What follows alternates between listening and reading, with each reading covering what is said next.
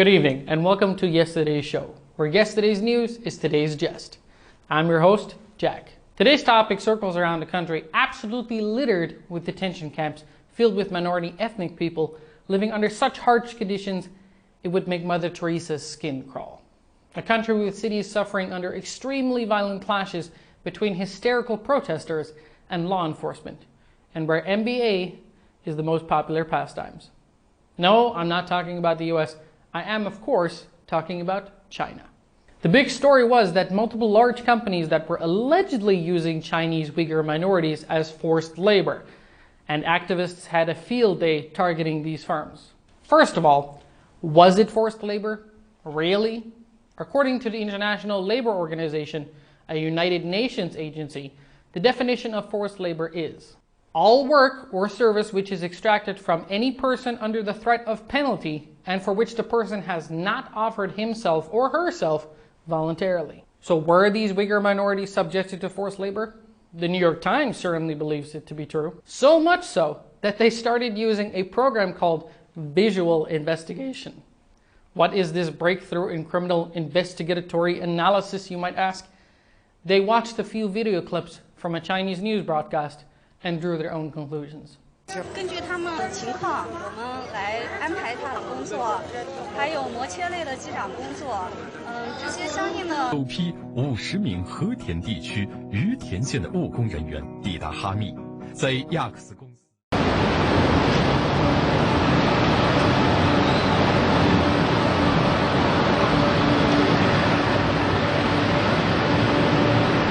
Right, I just got word from upstairs we need to put more pressure on China. Now there have been some rumors about Uyghur concentration camps over there. Get over there, bring me back the scoop. I'm on it, boss. No problem.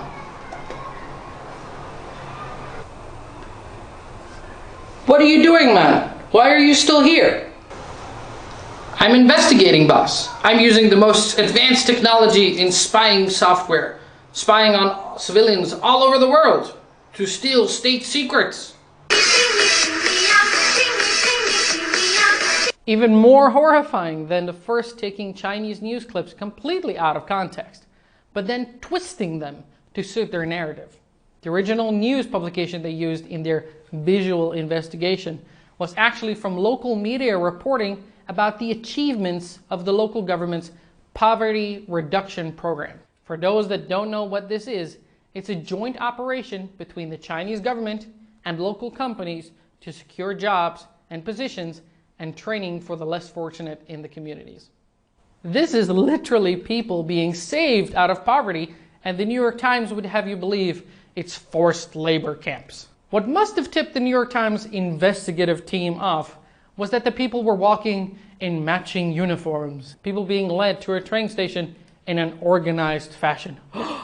Something I'm sure the West must never have been able to see or comprehend before. And somehow, this scene was turned into this. Wearing work uniforms is something that is very commonplace in China, and these same poverty reduction programs are run all across China. 开展的以梦在远方，路在脚下，我们一起通怒江、宝山、德宏等州市举行，组织了近万名农村青年转移就业赴江苏昆山务工。在节前就充分准备，深入到。I mean, look at that face. Can't you just smell the fear and horror that she must be feeling right now? That, ladies and gentlemen, that is the true face of suffering. So what caused this sudden lapse of judgment on the part of the New York Times? Well, there are certainly other individuals who are adding fuel to the anti-China propaganda fire. I introduce to you Dr. Adrian Zens, a theologist and self-proclaimed Chinese expert that claimed over 1 million Uyghur minorities in Xinjiang province are forced into labor camps. And the source for this so-called expert's findings? Istiklal Television Network, an extremist media group that advocates separatism. Dr. Zens also just happens to be a far-right fundamentalist Christian who opposes gender equality and claims he was led by God on a mission against China. Now, I'm a Christian myself, and I'm sure God does not advocate the discrimination or unwarranted attack on another nation. Another organization claiming this 1 million figure is the Chinese Human Rights Defenders, a USA government-backed organization. They got this number based on interviews and limited data. Well, how limited is this data? They interviewed a total of 8 people. 8. So by interviewing a total of 8 Uyghur people, they somehow arrived at this astronomical number of 1 million. Why only 8? Were they just interviewing people in Taklamakan Desert in Xinjiang? This so-called expert and dubious organizations are everywhere to be found when you search for news on Xinjiang. And they all share the study in a really suspicious way. Like this guy on Twitter, calling himself Professor of Chinese Studies, who openly bashes Xinjiang province, but then responds very mysteriously when asked about where he gets his information from. Like we're just supposed to take his word for it. There's another entity on the internet that practices the same ideology, promising you weight loss of up to 30 pounds without telling you what's in it. And I didn't lose anything. I gained 70. I want my money back, and I want my waistline back, and I want it back now. Inspired by these peer journalist reviews, the crew here at the Yesterday Show also conducted their own insightful investigation towards this recent hot topic. US government forces ByteDance to sell TikTok. Let's link to our senior business correspondent, Jerry. Good evening, Jerry. So the US government is forcing ByteDance to forego its stake in the US. What do you know about this? Yes, we've become aware that there are already 1 million TikTok teen influencers, including dancers and singers, that have been locked up, transferred to U.S. re-education centers. 1 million? That's a huge number. Given there are an estimated 80 million TikTok users in the US, how did you get these numbers? Don't worry, bro. I did a lot of research and interviews. It's a legit number. Who exactly did you interview to get these figures? My 8 TikTok followers. That is not a credible enough of a source to come up with these conclusions. Oh, please. Don't be so picky. These 8 people might seem like a small number, but the results are backed by really good sources.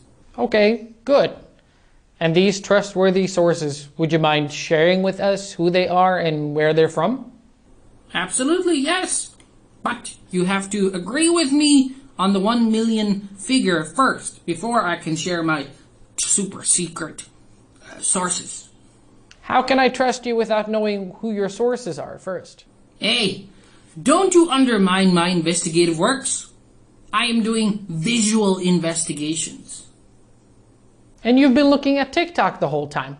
I thought you were checking data. Don't you question my holy mission to defend TikTok.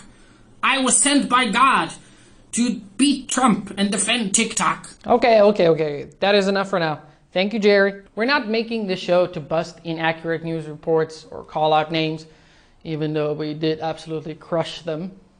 We believe that as a media outlet that has the privilege to project its message and change the perspective of people, should really use that enormous amount of influence and the responsibility they have to bring people closer together, instead of trying to tear us apart by spreading separatism and lies. Otherwise, we would have more little Adrian Zenses running around, spouting prejudice and hate. We believe no matter who you are, people in some rural area of Xinjiang or a TikTok influencer in the US, we all share a common dream of having a life of plenty and dignity.